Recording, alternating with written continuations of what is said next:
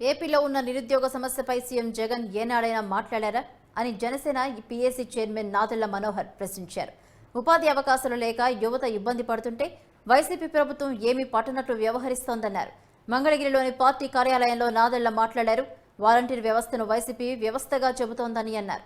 దీని గురించి పవన్ మాట్లాడిన విషయాలపై కేసు నమోదు చేశారని నాదెళ్ల అన్నారు. వారి కోసం ఏటా 1,560 కోట్లు ఖర్చు చేస్తున్నారని ఆయన అన్నారు. కోర్టులో మా పార్టీ అధ్యక్షులు పవన్ కళ్యాణ్ గారి పైన వాలంటీర్ వ్యవస్థ పైన అనేక సందర్భాల్లో పవన్ కళ్యాణ్ గారు చెప్పిన కొన్ని విషయాల్ని ప్రస్తావిస్తూ వాలంటీర్ వ్యవస్థలో ఉన్న ఒక వాలంటీర్ తోటి ప్రభుత్వం కుట్రపూరితంగా బలవంతంగా ప్రతిపక్షాలని భయపెట్టే విధంగా